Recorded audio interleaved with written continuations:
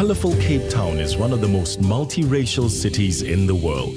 The city sits on South Africa's Cape Peninsula, where the waters of the Atlantic and Indian Oceans converge, and spectacular mountains tumble towards the sea.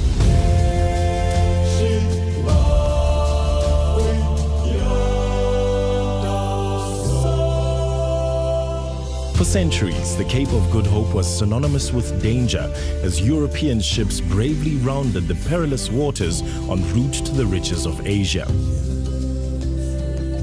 To resupply those passing ships, the Dutch created a tiny outpost in 1652, a settlement that would blossom into one of the most beautiful cities in one of the most breathtaking settings on Earth.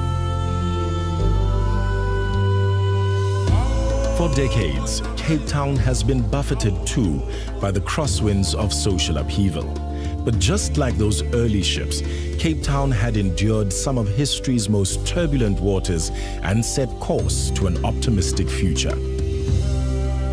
This is a city that, despite its challenges, shines as an example of hope, not only to South Africa, but to the world. Cape Town's central area is situated in the City Bowl. This amphitheater-shaped area begins at the edge of Table Bay and is backed by the iconic 2-mile-long plateau of Table Mountain. Near the bowl's center, you'll find the Castle of Good Hope. This Dutch East India fort was the center point from which the city grew.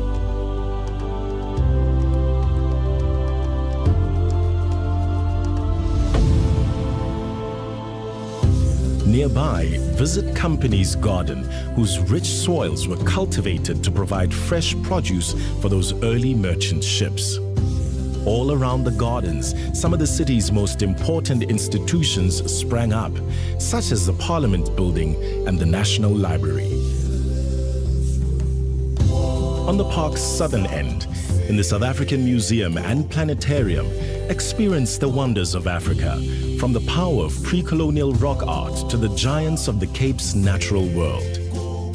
While just a few steps away, centuries of creativity are on full display at the National Gallery.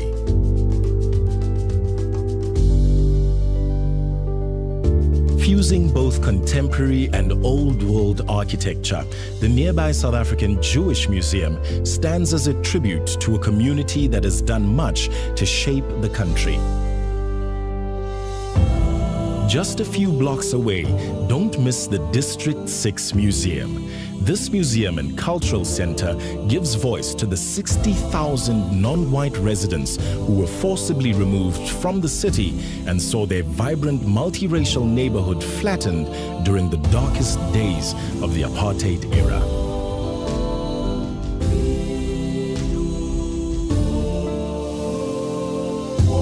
Thankfully, one neighborhood that was spared from apartheid's wrecking ball is Boerkaap.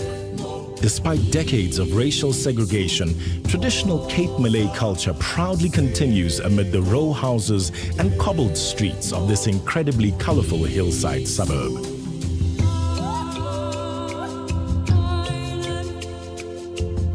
Post-apartheid South Africa is often called the Rainbow Nation, and like a pot of gold at the end of that rainbow, diversity, transformation, and creativity shines out from the city's downtown streets, from its businesses, from its very walls. If you're passionate about coffee, stop by for an espresso or maybe two at Truth, a steampunk coffee shop that welcomes devotees from all over the world.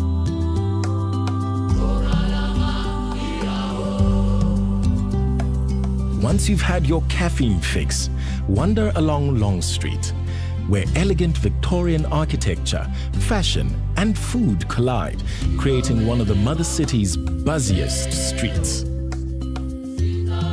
When the coffee wears off, sit on a balcony with an ice-cold beer and watch the world slip by below.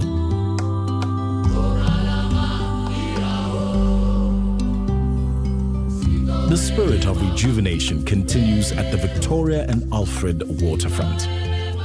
at South Africa's oldest working harbour, spend the day exploring attractions such as Two Oceans Aquarium, which celebrates life beneath the waves of both the Atlantic and Indian Oceans.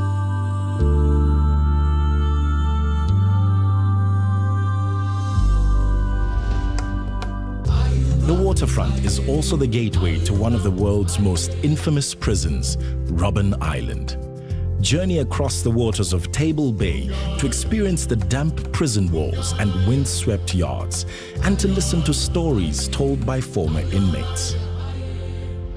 For 3 centuries, this was a place of exile, largely unknown by the outside world, until 1964, when the anti-apartheid revolutionary Nelson Mandela was imprisoned here for 18 years. A visit here is a reminder of just how far South Africa has traveled on the long road to freedom. Mandela would one day rise to become more than South Africa's first black president. He became the father of the nation and inspired countless millions around the world. Mandela once said that it was the presence of Table Mountain across those 4 miles of water that inspired him throughout his long years on Robben Island. Wherever you are on the Cape, Table Mountain is there, a beloved landmark that helps locals and visitors alike to find their way. The closer you get to the mists of Table Mountain, the more its spirit can be felt. At Kirstenbosch Botanical Gardens, gaze up at the mountain's eastern face. Then explore South Africa's many biomes and the Boomslang Walkway, which snakes its way through the Arboretum canopy. From the gardens, take one of the walking trails up the mountain or climb aboard the cableway for the spectacular ride to the viewing area. From here, take in the views of Signal Hill, Devil's Peak, and Lion's Head, all the way out to Robben Island and beyond.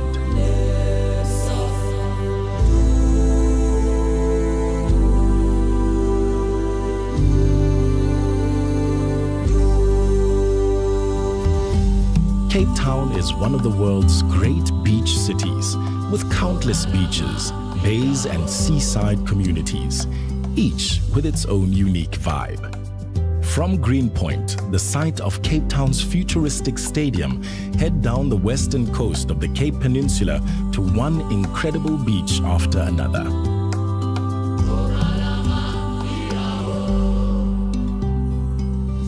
Starting at the city center, the wide promenade of Milton Beach is a great place to stretch your legs.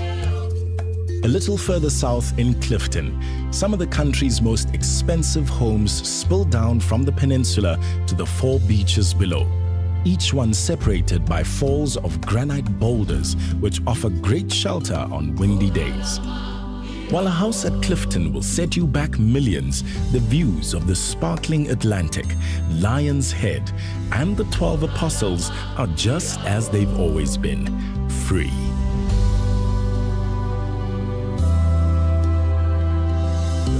At neighboring Camps Bay Beach, the Saint-Tropez theme continues. Just a 5-minute drive from the center of Cape Town, enjoy fine white sands, a tranquil tidal pool, and your pick of over 20 restaurants and cafes.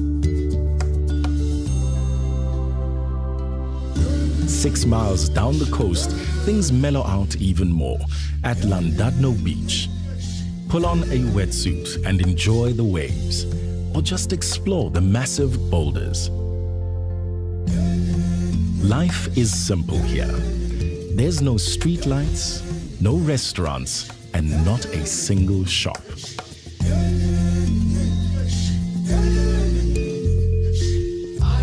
When your belly starts to grumble, pop around the headland to the fishing village of Hout Bay. Cool off with a craft beer. See what's cooking at the markets. Then hang out with locals down by the tuna and crayfish boats.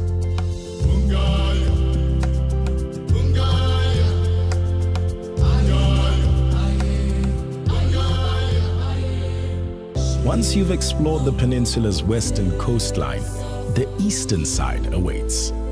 Welcome to False Bay, where the waters are warmer and the never-ending sweep of beaches and scenic seaports continues. At the naval port of Simonstown, head down the historic mile of St. George's Street. Soak up the nautical spirit, say hello to a much-loved sea dog, and explore the alleyways and lacy Victorian buildings along the way. Don't leave Simonstown until you've visited Boulders Beach, one of the few places in the world where you can get close to endangered African penguins.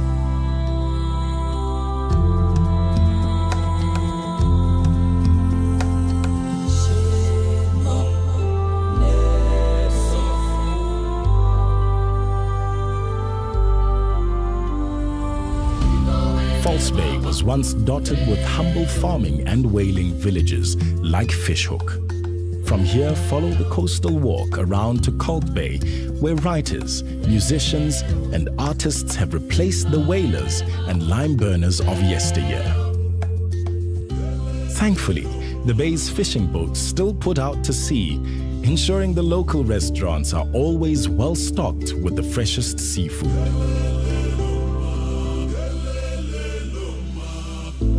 When it comes time to drag yourself away, head to neighboring St. James, known for its colorful Victorian bathing boxes and grand old houses, which reflect the splendor of the early diamond and gold mining era.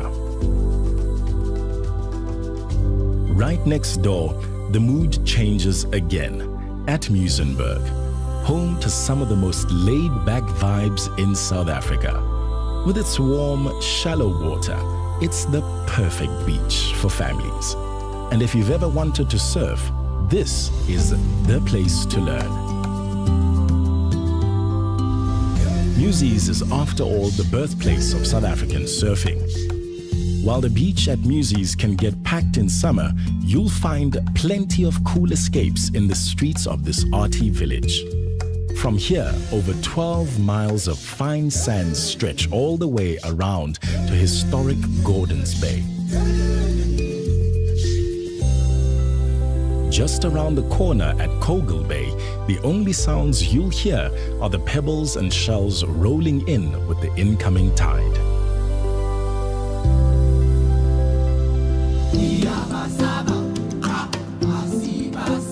Cape Town's riches don't end with its beaches. It's also blessed with some of the best wine-growing country in the world.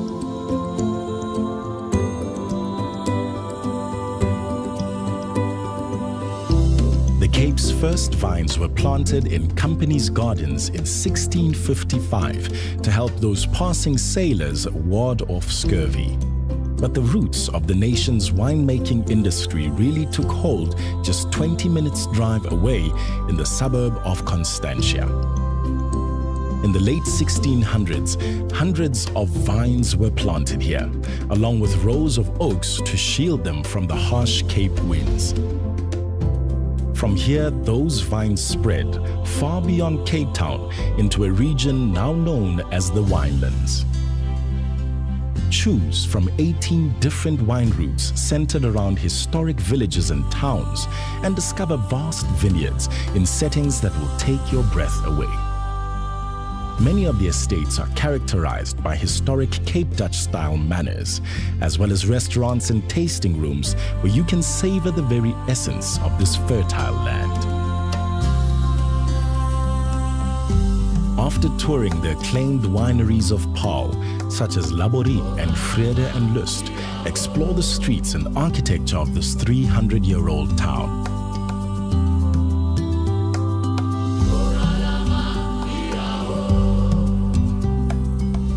High above Paarl stands the Taal Monument, which celebrates the language of Afrikaans, a language that was forbidden during the bitter aftermath of the Anglo-Boer War in 1902.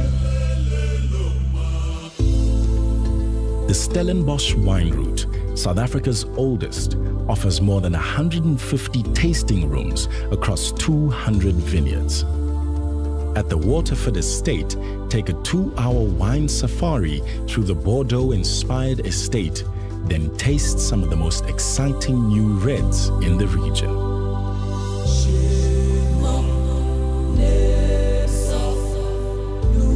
Just a 30-minute drive from Stellenbosch and only 50 from Cape Town is perhaps the most beautiful wine route of them all, the Franschhoek wine route.